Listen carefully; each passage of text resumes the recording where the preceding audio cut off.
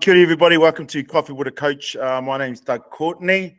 Michael Fitchett, I finally got a cup, which is good. This podcast is all about building coaches' capacity, giving them ideas and tools, hopefully providing some opportunities to network with coaches of all levels, and just how coaches navigate and deal with certain situations during the season. Quite fortunate this morning to speak to one of Northland's favourite sons, Judd Flavell, currently with the Canterbury Rams, 2023 Sales NBL champions. So welcome, Judd, from the far north. Good to have you on board. Yeah, kia ora, Dougie. Good to be chatting, mate. And let's see how this one goes, eh? Absolutely. Tell us about who Judd Flavell is, how you got into hoops, and how did you get into coaching? Did it just happen? Was it just a natural progression? Okay, so, man, I obviously you stated that I'm from the north, and so I was, born in Whanau and pretty much raised there. I think a couple of years in Auckland, early on when mum and dad were sort of looking for work and things like that, but basically, raised and up in Whangarei, had stayed there, did my high school years at Carmel High School. Came through a period of time when I guess, like any New Zealand kid, playing rugby and cricket was the way. My old man was, I guess, a real keen rugby enthusiast. Sort of running through anything he could do, and now the body is obviously suffering a lot because of that, those early rugby days. But along the way, I guess that his journey went from he'd wrecked his body so much that he was told he couldn't play rugby anymore. So he picked up the game of basketball, and that was when my journey started with the round ball, which was much better off than me having the oval ball. But yeah, so spent a lot of my childhood, I guess, following your dad as you do. And he went from being a player to a coach as well. And so I guess I had sort of a lot of inside look into what life was like as a coach, and I didn't see him as a coach, and he probably didn't see himself as a coach. He just loved the game and loved to learn new things, and that's kind of what my journey's sort of been about as well. And once I kind of got left, I guess, Whangarei, played over around New Zealand, different NBL teams, had stints with many areas, and had a short little stint overseas in Austria. Played with the national team. Obviously, the biggest claim to fame there was probably being a knocking down the Aussies first and foremost, and then getting to the World Cup or World Champs back then, what it was called in 2002. Man, since then, had to sort of make a real quick decision, I guess, on, okay, can't play this game forever, need to start getting a real job. So ended up coaching, which is a bit fortunate how I sort of, I guess, got involved with the Breakers, had an interview with Andre Lamanis at the time, and that kicked off my coaching career. And here we are sort of 17, 18 years later. So yeah, that's a quick nutshell into my career. Obviously, I got a beautiful little family, a wife and 2 kids, and the kids are now 19 and 16, so not so much kids anymore. Yeah, wow, that's definitely a whirlwind on how you got into the sport. And I just want to put it out there, your daughter can play. It's like she's got an opportunity to go to Worlds this year as well. So I seen her play in the Asia Champs, and I'm not too sure where she got that athleticism from, because I've seen you play a little bit. So I'll leave it at that. Well, her mum, Melissa, she was a national sprint champion, so she's claiming some of those athletic genes. But she's had a good year and a big year ahead. Oh, absolutely, and I hope for all the best for her at the World Champs and leading up to that as well. Breakers, first stint at coaching. Tell us about it. Obviously, they're probably one of the teams that is at the pinnacle of our sport here in New Zealand, to make an ANBL team, playing for your local team, obviously the New Zealand Breakers. What were the pressures of you walking in that as a new coach? Tell us about how you navigated through some of those things. I did talk to, in the last podcast with Michael Fitchett, you being the person who started the Breakers Academy, took us through how that sort of evolved and the pressures of running that as well as being the assistant coach at the Breakers. Yeah, so I had, I guess, got to that place in my playing career.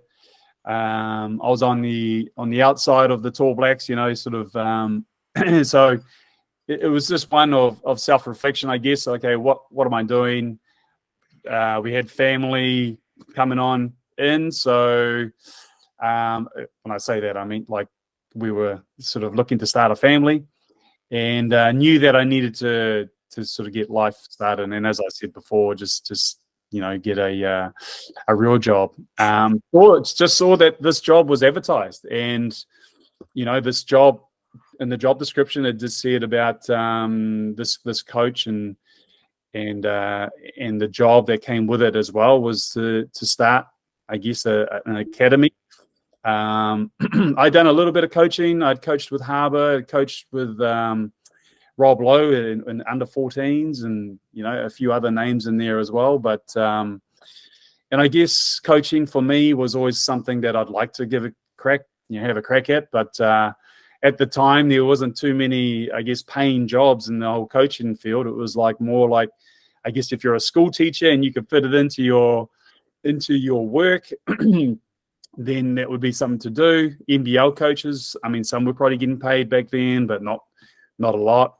They still had full-time jobs that they needed to do. To be honest, I threw my name in, not really expecting to get too much. I didn't know Andre Lamanis at the time.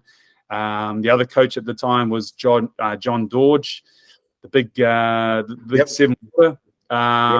Wayne Brown was the coach that was there, who had moved on, so was coming in to replace that position. Had an interview with Andre. I was late, I guess, into I was the last one, I guess, to be interviewed. Just really had a good chat, much like what we're doing, talking about hoops, and I guess there was probably a good feel and a good vibe from Andre and myself that he was willing to give me a shot, and I think what he probably picked up on was probably just the energy that I had, and really for New Zealand basketball. At the time, they had Australian coaches, that had come through the business, and they certainly did. Yep, except for the initial, the original OG, Jeff Green. Yes, Coach Green. Shout out to Coach Green.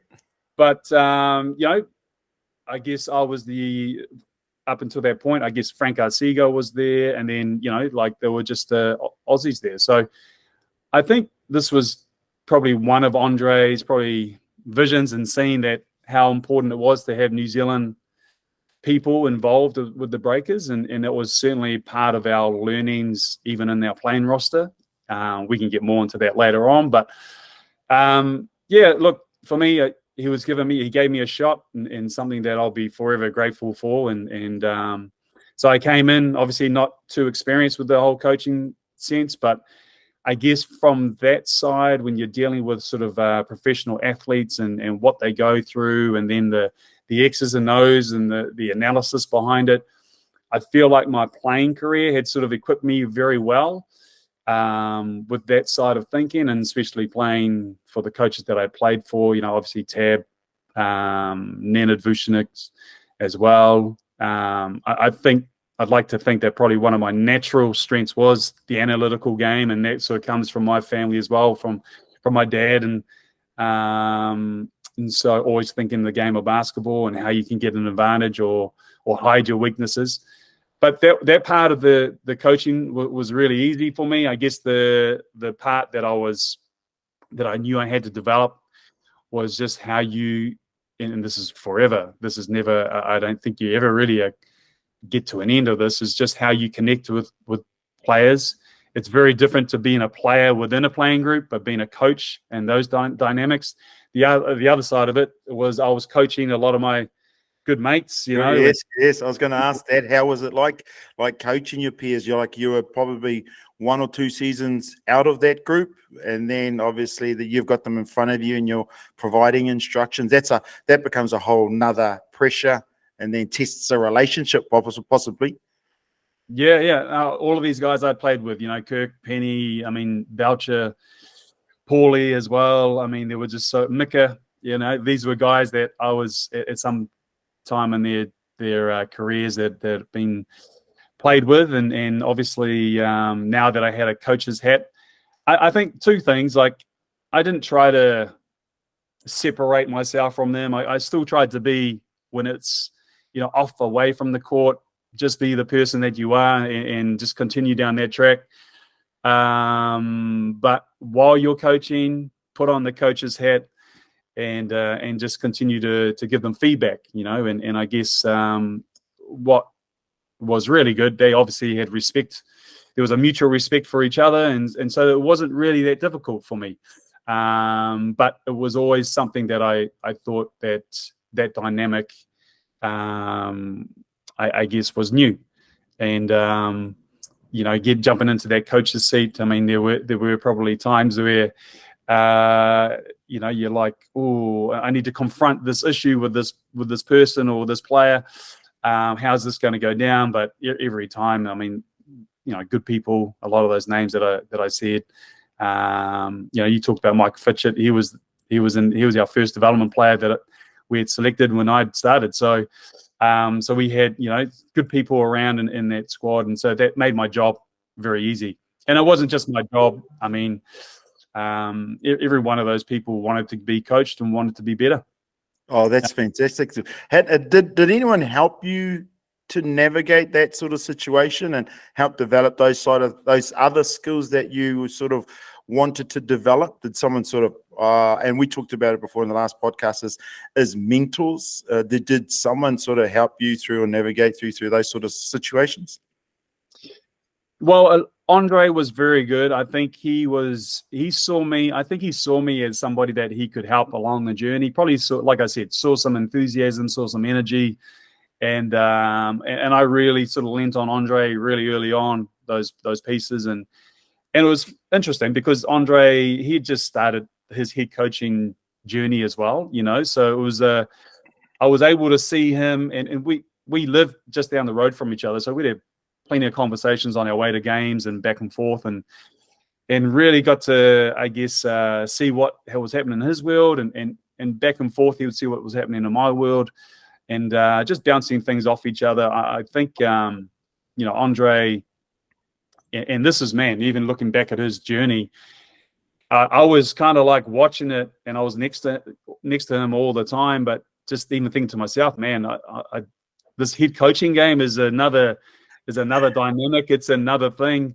And if you can remember, like, our first few years with the Breakers, the first couple of years weren't the greatest. And there was a lot of pressure on his shoulders, and I guess being the head coach, and everybody was, you know. Did you feel a little bit of that pressure as well in that stage, of those early stages where you weren't winning a lot?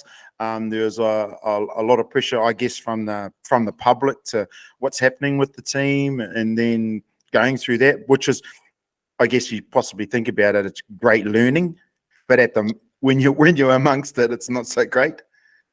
I'm going to be real honest, man. Like, I didn't feel the pressure at all. Like, I was like a kid in a candy store. I was just, every day I'd walk home, I'd get back home, and I'd, like, even though if we'd lost or if it was, you know, a bad performance, for me, I just was just absorbing all this info and intel that was coming in. And for me, I was not carrying the baggage of the weight of the shoulders of the success of the team, which probably sounds a little bit like I wasn't invested in the team's performance, which I was. I mean, I didn't want us to lose, but I just really looked at it from my perspective, man. You know, how much fun it is to get to do this every single day and have that full gratitude and appreciation. I was just fresh off, like, you know, like I say, I'm playing, and in my mind, I was probably going to go down the PE teaching route and going back to school. So in my head, I was just like, every day I walked into that building and like, man, I'm the luckiest guy, regardless of the results. But I also believed that we were pretty close to getting it right, you know, and along the way. And we all know how results and how fickle sport can be. I mean, what that one game, or even if you're losing a championship game or winning a championship game, I mean, you're only there momentarily. So it's only a period of time that you are a winner or a loser. So, I mean, the sport just keeps on going, the life keeps going. But I think that really helped me probably early on. And I got to see Andre's, through his experience, though, that what he was getting, I guess what that gave me was like, as soon as you step into this realm or this field, and you want to take that position, you need to be ready. Like, you need to be mentally ready and have a different mindset. And I guess, you know, Andre was a great mentor for me. Dean Vickerman came in. You know, like George was there for 1 year, and then Dino came in my second year. And I think, you know, those two were young in their coaching career. Dino had been with a lot of good coaches, you know, a lot of good programs, but still was a keen assistant coach, hungry, really challenge focused. Like, you know, could see that. And you've been with him, you can see him, you can listen to him in a video session, and he gets the big sniffs. And absolutely, but you can feel like the passion that he has and the intensity that he has when he's speaking to you. So you just can't help but get involved in that and be part of that.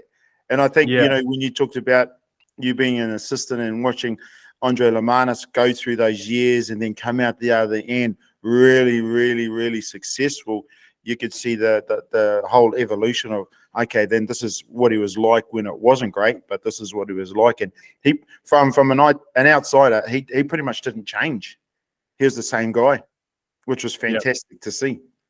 Yeah, that's right. Yeah, and I mean, with Dino, I think, you know, the more you kind of spend around him, and I guess he brought that new energy, and he was able to bring it every single day, which was like amazing. Yeah. And you know, he'd have his cup of coffee before the practice, but he just brought a whole new level of competitiveness, you know, and which I really loved, and I think that brought out the competitiveness in me too.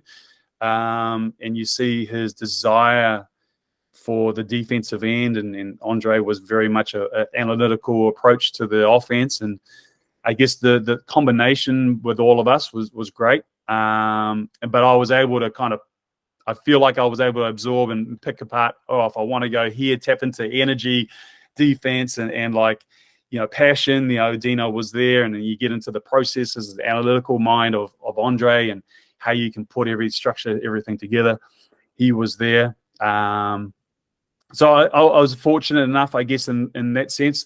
I mean, other coaches that I'd been with, like I mentioned, Tab and Nenad, like just being part of those national teams that had done so well on the international stage, and seeing what was possible, and seeing what is actually, as New Zealanders, even though we were inexperienced at the time, but what you can achieve with a solid game plan. And I think all of those people, you've able to sort of take little parts of their coaching and sort of put into your own experience. And I think if I go right back to even, you know, my father, in terms of the way that he was able to take a small little Northland town, Whangarei, and sort of be in second division, be national champions, but also take our age groups to national champions, you know. So I think, there's lots of things that I've taken from those people. They all have been mentors at different times. And, you know, even to this day, you know, I'll speak to Andre and Dino a little bit, and sometimes I've ran into some walls, and, you know, man, I just can't get through this one. And I've, you know, we don't talk often or a lot, but it doesn't, you know, I can pick up the phone and give them a phone call and chat through some things. And as you know, in this coaching game, man, it's like this, you know, it's ebbs and flows. Oh, it's a roller coaster, if ever there is one, and you have to be mentally ready. And I think a lot of coaches have been burnt out along the way, but certainly having individuals like that has been great. The one, I guess, the mentor or support, I guess the biggest one I have is just my family. I think, my wife, Melissa, has been fantastic, and she's been, as I've been writing this, she's probably writing it even more, as a wife. But she has been the sounding board for me, and I guess there's been a lot of, times where she's had plenty of advice and just, or even just hearing me out.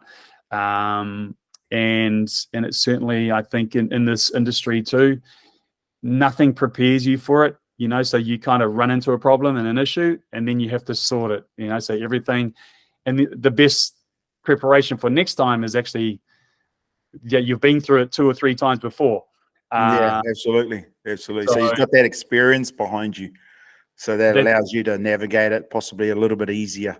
That's right. And so that keeps me, I guess, in this day and age, like I can, if I run into something, I go, well, I've encountered this kind of situation before, whether it was back in Breakers days or over with the Phoenix in the national teams that I've been a part of. Sometimes though, you just, you get, you're going to continue to be challenged and have new situations thrown at you. COVID, dealing with that. So, it's just a constant problem-solving industry. Talk to us about, obviously, you've been with the Breakers as an assistant coach. Your first head coaching gig, correct me if I'm wrong, Auckland Pirates? Wrong. No, that was my second. I had second one? Yep, I had 1 year before. I had 1 year with Harbour Heat. Harbour Heat. We had a very young team, a young Corey Webster. I think he might have been 19 years old. BJ Anthony, 19, but stars in the making. We had a very good team. Rick Rickett, Kavossi Franklin, Dylan Boucher was there. Daryl Cartwright was my. Well, no, he played. Sorry, I'm getting ahead of myself. He was my assistant at the Pirates. But we had a great group. We lost in the quarterfinals. Unfortunately, we didn't have Corey and Kavossi Franklin. They were suspended for failed tests, drugs tests. Yeah. We won't go into that, but just another one of those situations where we were playing the whole week for our quarterfinal matchup against Hawke's Bay. The day before the game, I'm alerted that 2 of your players are not going to be playing. So you just, I guess as a coach, man, make an adjustment on the fly, evolve with that. And we end up playing like pretty much a 6-6+ lineup and set in the zone for pretty much 40 minutes. We went down, but a lot of good learnings with that one. Yeah, but Auckland Pirates was the next one. And obviously from the Breakers as an assistant into Harbour as the head coach, and then becoming the head coach again for the Pirates, what sort of learnings did you take from those 2 experiences? And then I want you to talk to about how did you and your sort of management group, coaching group get together? Was it, obviously you're planning for the season, you're planning for possibly just the schedule, and then you come up against obstacles. How do you work together as a group to overcome those challenges? Not just as towards the players, but as coaching staff. How do you help each other through those moments of frustration, stress? Wins and losses are going to be wins and losses, and how do you deal with that? Well, I'll start with the first question about what did I learn about those first few years of coaching, head coaching. I learned that you quickly carry the baggage and the emotional weight of the team. As I said earlier and alluded to, I was, as an assistant, the happiest, not the happiest, but grateful for being there, and even win, lose, or draw, you're just kind of like, you're on to the next. As head coach, you are carrying so much emotional energy of the team. And it's because everybody comes to you, I guess, why aren't I playing more? I've got this going on back home, so I can't make practice. But before you know it, you're carrying not only your own energy and the emotions, but everybody else's as well. And I'd like to think of myself as a big family guy. And so, I do think of our teams, your sports teams, as being a family. And being a head coach, you're the head of that family, and so it's only natural that you're going to absorb a lot of that. And I guess early on, you had to learn how to manage yourself throughout that time, and how you're going to cope with that. And I don't think I was learning on the fly. And I think even today, you're still learning, how do I do this, and how do I kind of be able to have that balance right. But at the end of the day, I want my players to always feel like I'm in there with them, and that as long as their values are aligned and our values are aligned, man, I'll go to bat for them every single time, So if it's something to do with values based, and there's a clash or a conflict of values, then I will confront it pretty quickly. But otherwise, yeah, man, like it's a head. I quickly learnt just how much of a head coach will carry that emotional baggage.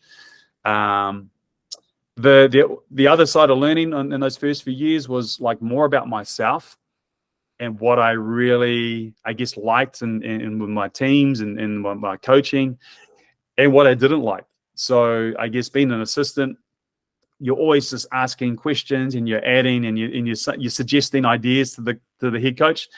Whereas as the head coach, I guess right now you're kind of making really good, analysis. And it was really like, for me, every time I jumped into a head coaching position, I found out more and more about myself, about how I react. Like I'd react to certain things and sometimes just outbursts. And it was like, oh, why am I doing that? Like I feel so strongly about this issue. What is it? And then if I could work it out, it comes down to like, they're just not working hard enough for me. Yeah. I see them jogging back on defense, and they're just normal things, but it's like, oh, that really, sometimes it'd be like, it'd come out, the words would come out, and then I'd be processing it later. Whereas as an assistant, you're kind of like analyzing all the time and then suggesting, absolutely. Well, because you're as an assistant coach, you're sort of one step from making it being the decision maker. And like you said, you're carrying all that emotional baggage with you, and you're trying to make decisions for everyone where you feel you're going in the right direction. And I think you talked about it before, just having that value and finding out who you are as a person and being comfortable in that decision that, okay, then this is the direction we're going in. Jump on board if you want to. Yeah. And I quickly realized, like, there were times there where I'd be making the decisions and still not yet in myself 100% confident in that decision. I think that's the other thing. It was like, it's okay. Like I learned this, obviously now it's a lot easier. And I would tell myself back then, it's okay not to be there and not to be like, man, I hope this works. I hope this works. That's okay. Even if it doesn't work, because you'll learn and then you'll get it right the next time. But you also, you want to show the players. And I think early on, you don't want to show a vulnerability that you're going to be wrong and then have them kind of question that. Whereas right now, like, I guess, and it's, man, I'm older now, like it's, you've had kids, and so you're just a lot more rounded, and it's okay for that to be discussed and wrong. You can have debates and discussions, and I think as my coaching career went, I learned that pretty quickly.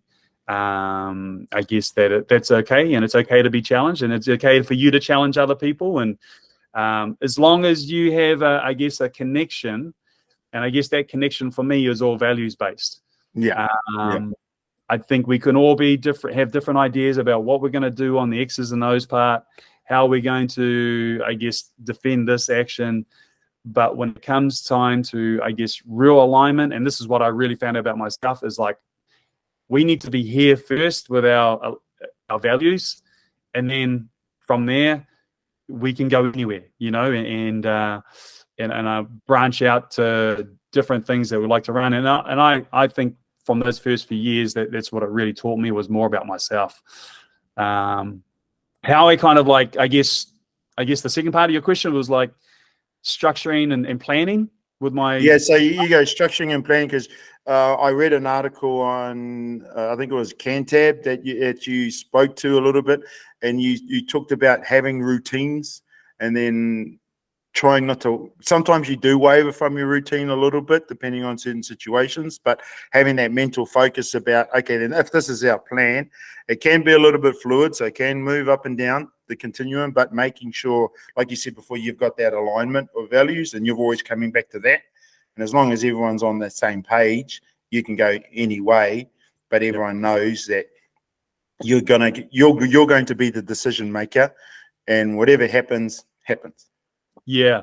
And I think I really learned that early on with Andre. I think this was one of those pivotal moments in his coaching career. Was I really saw, I guess, that his first couple of years, he was, I guess, under pressure, and he felt like, and I remember him telling me this too, like he felt like he needed to be like a Brian Gorgian, the GOAT of the NBL, and he was, I guess, feeling a little bit of that pressure because, he was a young coach looking to have some success, obviously. But then once he figured out it's okay to be Andre Lamanis, and just be the best version of that.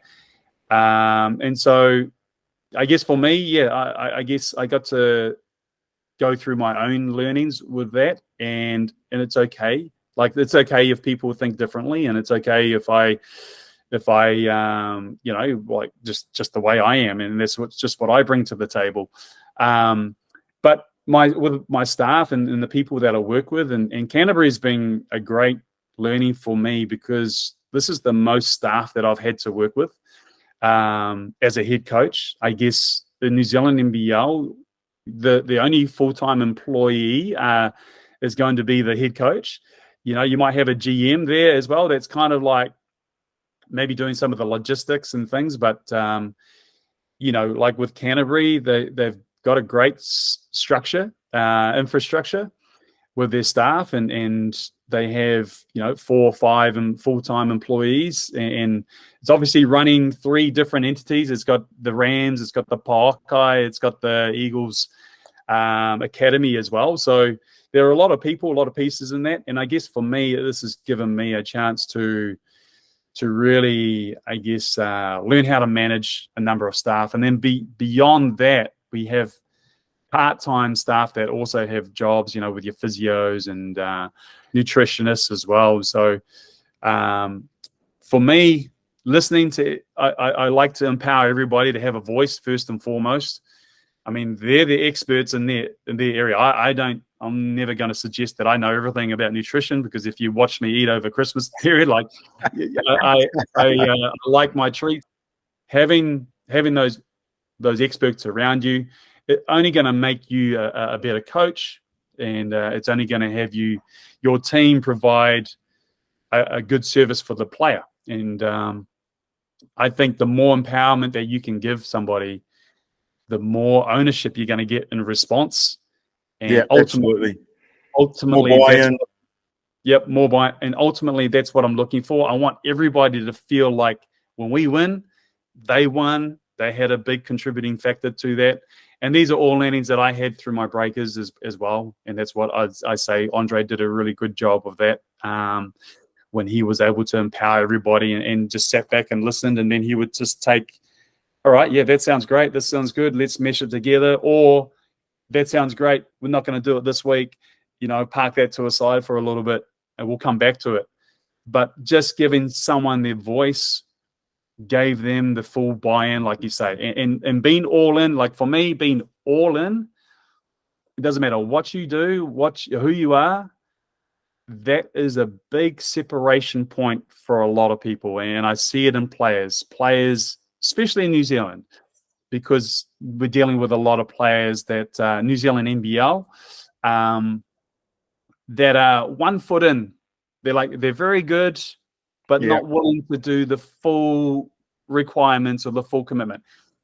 Or it's good enough to get them certain distance or to a certain level. And the luxury that I had with the academy program, and one of my big responsibilities was to select the development players and sort of nurture them through. And seeing a lot of youngsters that came in, and there were great basketballers, but a lot come and go, and ones that stayed on and then kicked on, And for me, it was really what I saw and what I got to experience was, as soon as they decided, I'm 2 feet in, I'm all in with this, and I'm going to almost like back myself so much. And they forced themselves that they were going to be successful. And I think what I'm trying to do as a coach is get all of my staff, all of my players, the same feeling that they are part of this big journey, this big piece that you're trying to build. And as soon as you have that, I feel like you've got them more, I guess, accessible, or they're more likely to be all in. And that's what ultimately what I'm trying to do as a coach is trying to get them to that level. Now, as a young coach, and we talked about mentors, and I guess, and it's similar to you and Coach Mike Fitchett. Like, it seems quite lucky that you've been in the right place at the right time to have these senior coaches around that you can watch. You can ask questions, but as a young coach, so I'm in the Canterbury system, and as a young coach, I see Coach Flavell or other coaches within the community. How do I ask for mentorship? How do I have or start those types of discussions where I can, and you alluded it to, and Coach Mike Fitchett alluded to, they can just pick up Messenger and then flick a message away to their person that they feel they're quite comfortable with or can help them with certain situations. How can young coaches sort of start that? Because I've been in the same boat. I've been quite fortunate to be around some good people, Dean Vickman, Tab Baldwin, Nene Vucinic down at the summer camps down in Nelson. So it's just like, I don't know, we just seem lucky to have those people around. But how do you grasp it as a young coach? Yeah, I think it's one of the, look, firstly, I think we have, I think we're starting to see, I've always felt like we've had some real good basketball minds in this country. And with my experience over in Australia for 3 years with the Phoenix, I got to learn more about, this is why we're different in New Zealand compared to Australia. This is why we think a little bit different. We're very much alike, but we're also very different in certain ways. In certain ways, we think about things, and so that was a great experience for me, because whatever I was adding to the table, they'd never heard before, and sometimes you get the sideways look like, what are you on about? But then other times they're just like, wow, we hadn't thought about that. And I think for us as coaches in this country, there's some things that really, I guess, separates us. And that's firstly, when we get a chance to select our teams, and it's getting better though, it's changing. We have to sometimes just take whoever walks in that door to make up our high school team. You're right. Whereas, and so you might get different shapes and sizes, and you're like, okay, what have I got to work with this year? All right. Oh shit, I got one guy that's over 6'4". Okay, so now we can play some 1 in and 4 out, or whatever you want to do. Majority of the time, you probably got a lot of small guys, and or for girls, just just the same thing. And so I think our brain is always thinking like, okay, what have I got? How do I work this together? The luxury that I saw Australians have is they've got a system that they have in their head, and they've got like 80 to 100 kids walking in, and they're just like, yeah, no, he doesn't fit. No, he doesn't fit. Yeah, this one fits my system. And before you know it, they're really coaching their system and getting really in depth with their system.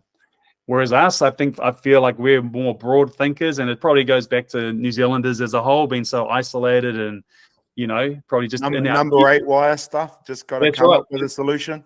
It's in our DNA. And it's funny because I say that, like, I've been through a few interviews, with NBL teams, and I've said that, when they ask for what separates you, and I say, well, this is just the way I think, and this is where I think that we have an advantage, on Australians.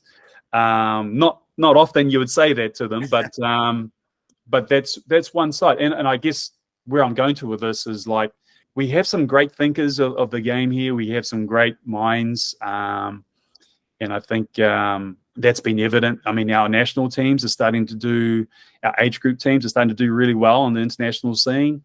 Our senior teams have been, competing. I mean, obviously the Tall Blacks have probably had some real good success levels as well. And I think where the first thing for me is, like, I would like to see a lot of those coaches kind of like, okay, what is it? Maybe it's a program that needs to be there, because there's a lot of things with the whole coaching side of it.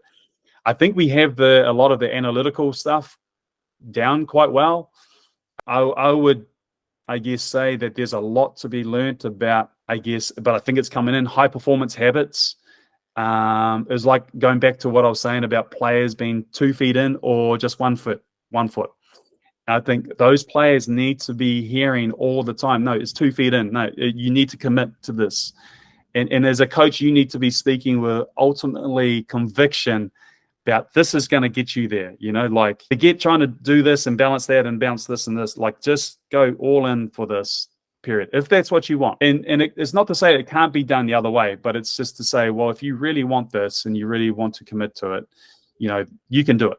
You can do it. No, it doesn't matter if you're from Whanau or wherever you're from, like you can do whatever you want. And for me, I guess those opportunities, I would like to see more the coaches come in and probably spend time with NBL coaches. I think right now we've got the NBL, the New Zealand NBL is probably at a high as far as like coaches from top to bottom, Well, you talk about this year, you got yourself. You've got Zico Coronel, who's come back from Japan, and now he's down at the Wellington State. And then you've got Aaron Young, who's with the Tuataras, who's the assistant coach for Perth. They had an unbelievable win against the Breakers last night. But you've got coaches of a lot of caliber that are coaching in the NBL that are just, for young coaches, sitting down with them. And we spoke about it on the last podcast, is don't think of it as a hierarchy thing. Think of it as someone that, I really like the way Judd gets his teams together and buys in, has the 2 foot in process. I want to go and speak to him and how that happens. Or I'm going to be talking to Zico Coronel about analytics and then go and sit with him because I really like some of the stuff that he does. Yeah. So I guess it's providing young coaches opportunities to sit with those people and talk about those things. And there is a missing element here, because I think if you were to ask every NBL coach, they would say, yeah, man, come in anytime you want. And that's what I try to say to anybody that is out there, is, man, my doors are always open. It's never going to be closed unless it's like a shoot around and you're with like the opposition in some way or some shape or form. But man, come in. There's so much more to learn when you're on the inside of it, and when you see a game from the outside, you're just looking at, man, just the top layer. There are multiple layers underneath that will make more sense to the game when you watch it. And if you could sit back and watch that, or like you say, just seeing how, whether it's different coverages or whether it's even just how this coach is communicating to these players. I guess I would just stress to anybody, man, just go up. It's obviously can sometimes be daunting to do that as a young coach, to get outside of your comfort zone and have that conversation. But man, you will not regret it. You will not regret that at all. And I'm sure, like I speak on everybody, I would love to see in New Zealand basketball right now that there was somebody that was able to be the middle person and say, hey, these are our depth charts of coaches. I'm going to send you, like if you're in Canterbury, you're going to spend this time in preseason with the Rams or with the Polkai, or you're in Wellington, you're going to hang out with Zico and you're going to go to coffee and you're going to get the chance to have that chat with him. And I know there are things that are happening, which is great. But I'd like to see more of it. I was just saying to I guess, I can't remember who I was talking to, but anytime our national teams get together, the Tall Blacks get together for a camp, we should have all our national coaches or our depth chart coaches going to this camp so that they're speaking the same language and speaking the same way and seeing the new concepts. They may not need to do those drills for their under-14s team, but they can see where the end picture is and start to work, reverse engineer from there, But like you said, being in that environment, just sitting down and talking with those coaches, it doesn't have to be at the highest level. You can just talk about, hey, how do you talk to your guys? I love the Tall Black culture. How can I replicate that in my under-14s team? What are you doing in that environment to make it so special? And it's just those little conversations that you're having. It doesn't have to be X's and O's. If that's not your starting point, it could be at whatever thing that you want to sort of get out of your particular team. Yeah, no, and I think the moment I feel like we've got untapped potential here in the coaching. And I would like to see, it's always hard to go on international tours and go and get international coaches to come here. to New Zealand. Great if we do, but there's so much more potential here in this country that already exists that we can do more of. I speak for myself. I was just quite lucky to be, in the right place at the right time to gain that knowledge and to speak to those people and help me develop my own philosophy and how I wanted to play the game. And I think, and you spoke about it too, it's just having that relationship with the coaches, and then speaking them, every time you can get to see them and where appropriate, go and speak to them and say hi and what's been happening. So you can gain that trust that, I've got my 2 feet in. I want to try and develop this so I can get on further, whether it be to the next rep level or further on. No, it's certainly something, and I think Canterbury does a pretty good job with this. Is if you look at my coaching staff, I mean, I got Big Ed Book there, and who's been around for a while, and me and him have, I guess, played together going back in the day. So we already had a little bit of a connection, but I got to everybody else was like a first time thing. So there was a lot of young coaches there, really smart minds. Ben Sheet was there. He pretty much ran my preseason when I was over in Australia and trying to get the Rams going. He's in the New Zealand system. He has great potential. Adam Morgan, who brings a different type of energy. And same thing with him. He talking with him a lot about throughout his journey, we got pretty close, and it's okay to be he started with skills coaching, and it's man, that's great. That's another, I guess, hole in our game that we have. He was doing things much better than what I do. It's go ahead, Adam, you take control of this, man. I want you to, and it will help his coaching career, and there are spots for that. But Liam Connolly as well, another youngster who I really leant on a lot throughout our Rams season, especially this season that we had. A lot of the success that we had is due to him, and I think, but there's some exciting talent coming through.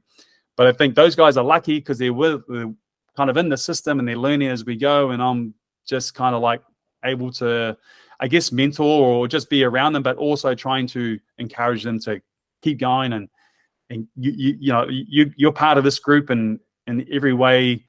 I know I'm going to get a lot of the because I'm the showpiece, but these are the guys that the work behind the scenes, and the guys that are fully in and invested, and that's been awesome for me as a coach. Very rewarding to see their growth, and I guess for Canterbury to see them go and win it, and see these young coaches go, wow, we were able to do this, and this team probably hadn't been accustomed to winning for a long time, so being able to do it for the first time was a big achievement. Yeah, and I think you touched on it. It's about giving young coaches opportunities, but also those young coaches taking those opportunities to talk to other people, to discuss situations that they've been into, just to help them navigate through other situations. Now, what do you do off court to de-stress? Well, do you have because Coach Fitchett and he's only recently started sort of an exercise program during the season that helps him get through some sort of stress relief out to do something. What do you do? What do you do? Yeah, I guess my whole philosophy is balance. And so when I read the topics that we're going to talk about, I was like, man, this is cool, because we're talking about a lot of balance and the, I guess, wellness of the person. And for me, and like I said, about my players, and that I'm fully supportive of them, and I think sometimes there might be stuff going on in the family or whatever, man, you need to go and sort that out, go take time and be with them, and make sure that home is good, and because if that's solid, man, we're going to get back an even better person here that's with us today, and fully, and their mind is here. I'm really big on this, and it was something that was given to me. I guess Andre Lamanis sort of gave me a bit of a warning shot, just, hey, when you go into this coaching, it can be so absorbing that your relationships, it can put a lot of stress onto your relationships, with your family, with your wife. And he had spoken from experience. He had a broken marriage, and it had, I guess, was on his second marriage. John Dorge at the time was onto his second marriage.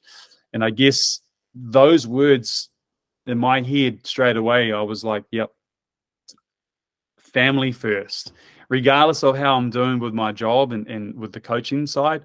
Like if I was to not win any championships or whatever, I'm okay with that as long as my family's intact. You know, if I'm winning championships but my family's a mess, then I'm not happy. You know, I haven't achieved anything in my life. I guess the pieces that I like to have, obviously family, time with them. And even if it's doesn't matter what we're doing, but it's just at least we're still connected at all times, which is getting harder and harder because I'm living down in Christchurch and my family's up in Auckland, but we still make time that I'm going to fly back when we have a weekend off, or they're going to fly down. I mean, yeah, there are those types of things. I think getting away from the game is so important. I talked earlier on about the emotional baggage. Absolutely. Definitely you're carrying that as a head coach. And you need to get away. And so things that I enjoy, like obviously being out in nature. And I'm not great at this because I get into the season and we get into, you know, big moments and I bunker down. You know, I go the other way. Yeah. And you just bunker and you sit in that bunker for bloody all 24 hours of the day. Even when you're sleeping, you're just constantly thinking about what's going on or what happened or what do I need to do. But things that I'm not a good reader. I enjoy reading, but I need to have a week so I can get into them. Yeah, so you can concentrate. So I can actually get into it. I'm not one that can just pick it up and drop it for a week and then pick it up again. I like listening to obviously podcasts, and that just gets, my mind. And it could be any type of podcast, really, not just necessarily basketball. But I love to be outdoors. I think if the sun's out for me, it's telling me I need to be outdoor. I'm a horrible relaxer. I need to be doing something at all times. My golf clubs got put upstairs in the attic when kids came along because they had no other time. But that's slowly I'm starting to, feel the urge to whack a golf stick around. I'll go to the gym when I can. Once again, it's a little bit hit or miss, just depending on our schedule. But I guess surfing. I'm the world's worst surfer. But for the amount of hours that I've put in, they'd say the 10,000 hours theory is not true. It's not it? It's not true. Not when it comes to surfing. But I love just being out in the water. And it's like, I've only really just come to this place. I'm like, why do I love it so much? It's like, man, I'm in the water. It's going through my face. And even if I'm not catching a wave, I just love sitting at the back. And it's like, when people talk about meditation and things like that, I'm like, that's what I'm doing out there. Even though it's not labeled meditation, I'm like, that's what I'm doing out there, because I'm not thinking about basketball. I'm not thinking about those stresses as every day. I'm out there and I'm just enjoying the water, and then, man, every now and then a nice wave comes along. Yeah, I'll fall off, but I'm back out there with just as much enthusiasm.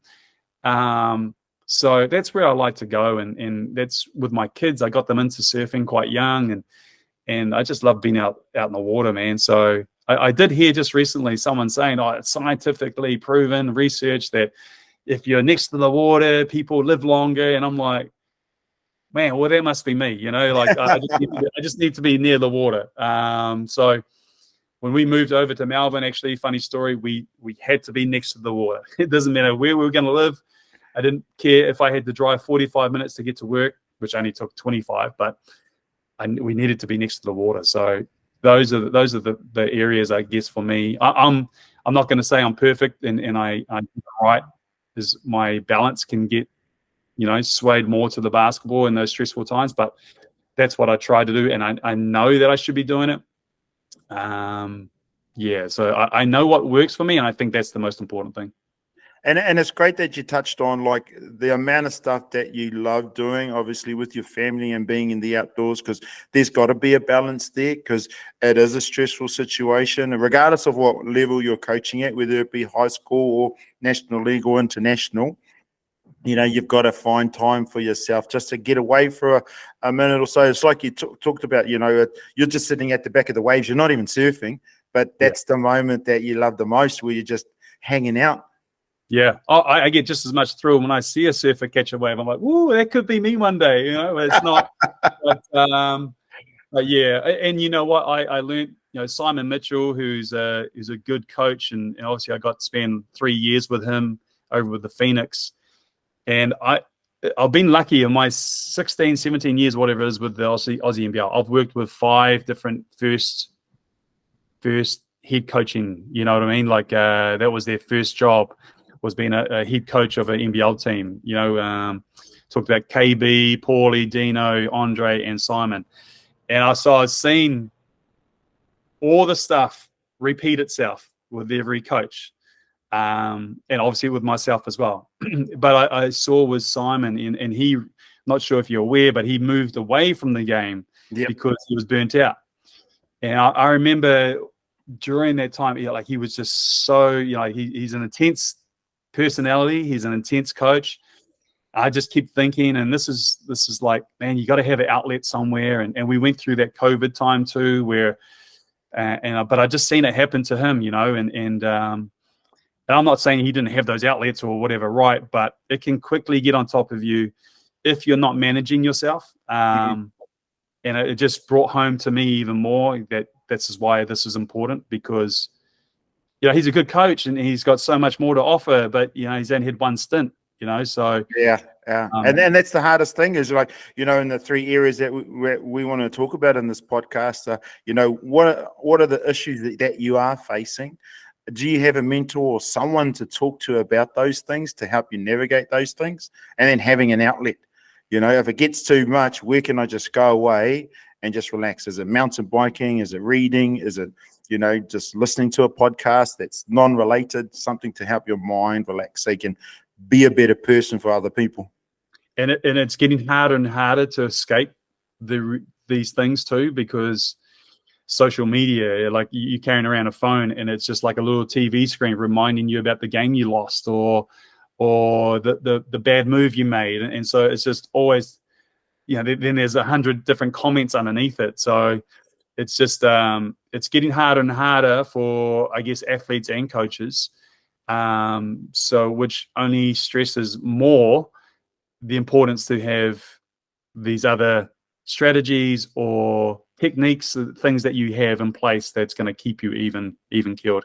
I mean, me as a coach too, on the side, like people say, man, you seem so calm on the sideline.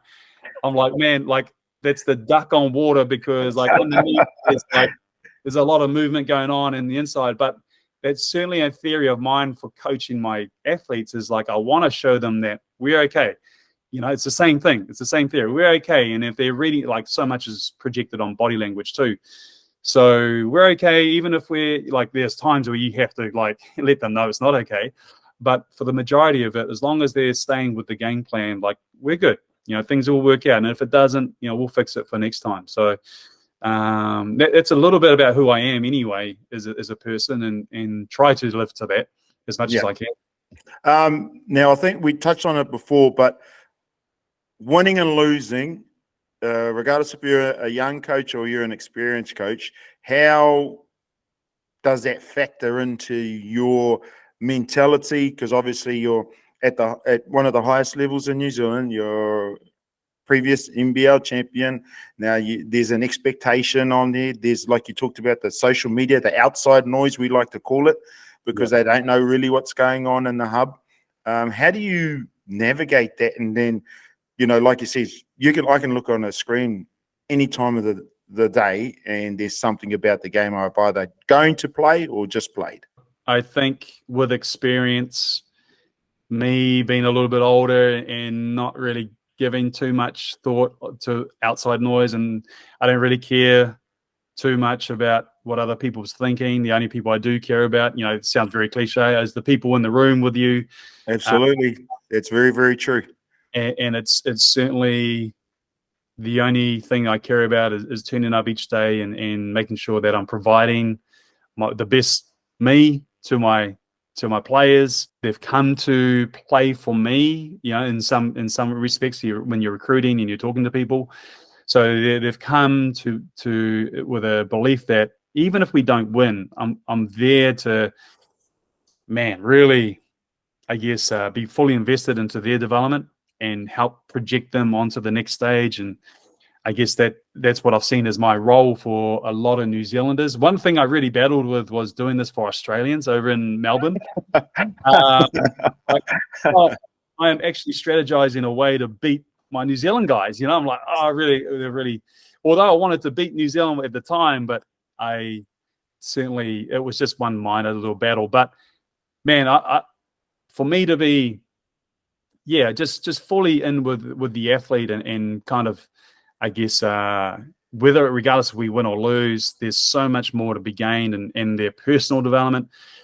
I've been lucky. I've had Ty Wynyard for, as a 13-year-old with the Breakers Academy, seen the rise of that young man, seen the fall of that young man too, with his experience over in college and how he came back, and then seen him get back up on his 2 feet, and struggles that he went through. And I'm not saying he's perfect by any means, but just to see him change and get back on the saddle and being there to help provide him guidance and I guess support, and to look at what he's doing right now. Like, he's one of our players that's probably earning the most money in the world in the 3-on-3. But to see a lot of players, like go from being seen Shea Illy just completely being one of the best point guards in that league now, and it is just amazing to see where he started. His turnaround in form, I'd seen him play for Onehunga High School way back in the day to what he's doing now.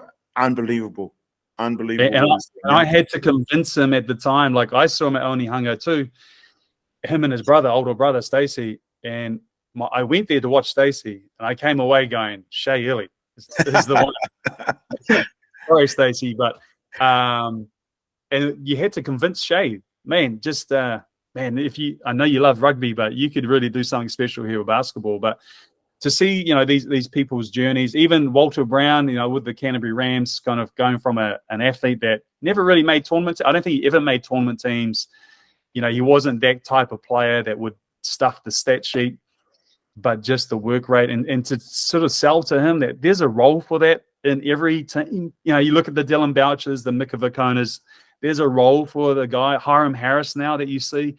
There's a role for that type of player, and to see him being a Tall Black now 2 years and get a World Cup, that's amazing. Max Darling, who has a world of potential, but needed to probably just learn some things that, we were, I guess, me and him, a good story. I mean, we didn't really know each other, but I felt like there were some things he just needed to make some changes, and the rest would fall in place. And, he's on a multi-year contract now with the Breakers. So, I mean, for those things, I can't remember the question, but for me, that's part of why you do the coaching, and you'll get every much more, success of that.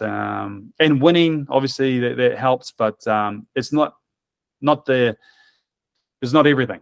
It certainly is nice. I'm not going to lie. It certainly, I don't think I'd be in the position I am today if we hadn't have been winning. But there's so much more joy in the coaching field. Oh, absolutely. And I always remembered Nina Vucinic saying to us as young coaches, is our job were to provide for the New Zealand team as many players as we could. So the developing young men and young women to play at the national level and play in national teams, that would be our ultimate job. And that's the environment that he came from in his homeland. So when I heard that, I was just like, okay, then that's what I'm going to try and do. And I'll go this far. This is another one of my things that if I was the top of the BBNZ New Zealand basketball, man, I would, every name that comes into being a Tall Black or Tall Fern, if they're a debutant, man, put it under their name. Like, who's the association they come from? Like, recognize that club, recognize the coach that, man, it could be, maybe that association, like, I don't know who, but has never won a national championship, or that school's never won a national championship. But they've provided 2 or 3 Tall Blacks or Tall Ferns, man, which I think is amazing. And I think in terms of, for that age group, that's the most important thing in that athlete's journey. That should be celebrated. The championships, yes, but even more so, we should be harping on about those coaches that are in the trenches, talking of, developing these players. And there's multiple coaches out there that probably haven't won a national championship, but they've developed multiple athletes that have gone on. And for me, that's probably even more special to talk about those players, or to talk about those coaches. Oh, absolutely. Now, here's the question, though. Young Judd Flavell walks in the door. What sort of coaching advice are you giving him? Oh, I think that's a very good question. I think not to overthink things was be number one. That to me, I think that's a good one for me. Even now, like it's one that you can quickly get lost in your own thoughts and just to talk things out and talk things through. But I remember specifically at times, especially my first year coaching with the Breakers, there was like, oh, has anyone got any, you know, that would be left, has anyone got anything to say, left to say? And I'll be going, man, I really, there's this one thing that just doesn't sit right with me. I want to say it. I'm like, nah, I don't want it. Like, I don't want to upset some of the people. Yeah, don't Tony Ronaldson or CJ. Like, how are they going to think? But then somebody else would say it, and then everybody's like, oh, that's a great idea. Whatever, you know, like, and I quickly learn. I'm like, man, just say it. Like, it's someone else is thinking it, and I mean, there's sometimes, like I say, you get the sideways look, but you got to be okay with that. You know, you're not going to deliver gold every single time, but it's just sharing your own thoughts and your journey. As long as everybody knows that you're coming from a good place, and I go back to values, then we can talk things through, you know, and some of those are going to be, and then being okay. No, thanks, Judd, but no, we're going to move this direction. Okay, cool, sweet. Until like things might happen in the game, and there were plenty of times things would happen in the game. Andre would say, no, I'm not going to do that. You know, then after the game, I'd go, oh, what about we could do this? Yeah.